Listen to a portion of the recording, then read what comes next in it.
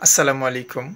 আজকে আমরা আমাদের প্রিয় ছোট্ট বোন আসিয়াকে হারানোর মাধ্যমে মানবতার এবং নৈতিকতার অবক্ষয়ের সর্বশেষ পরিণতটুকু দেখে ফেলেছি।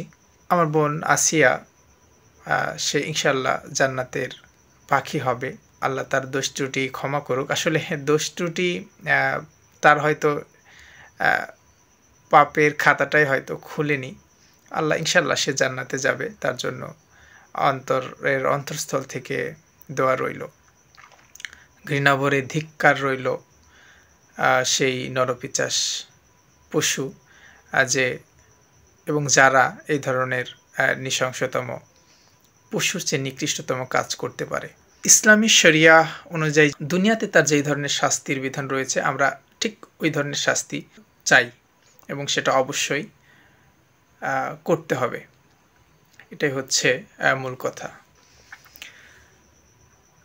এর মধ্যে একটা ভালো খবর আমার কাছে, সেটা হলো যে মোহাম্মদ ইউনূসের সরকার আগামীকাল থেকে পর্নো সাইটগুলো বন্ধ করার একটা উদ্যোগ গ্রহণ করেছে। এটা খুবই ভালো, তবে এটা নিশ্চিত করতে হবে যে বিকল্প কোনো উপায়ে যাতে এই সাইটগুলোতে কেউ প্রবেশ করতে না পারে। সবগুলো সম্ভাব্য এন্ট্রি পথগুলো বন্ধ করার ব্যবস্থা করতে হবে, নচেৎ লাভের গুড় পিঁপড়াতে খাবে। বহু বছরের নৈতিকতার অবক্ষয়ের এই ফলাফলটুকু আজকে দেখলাম যার পরিণতি। এর আগেও দেখেছি।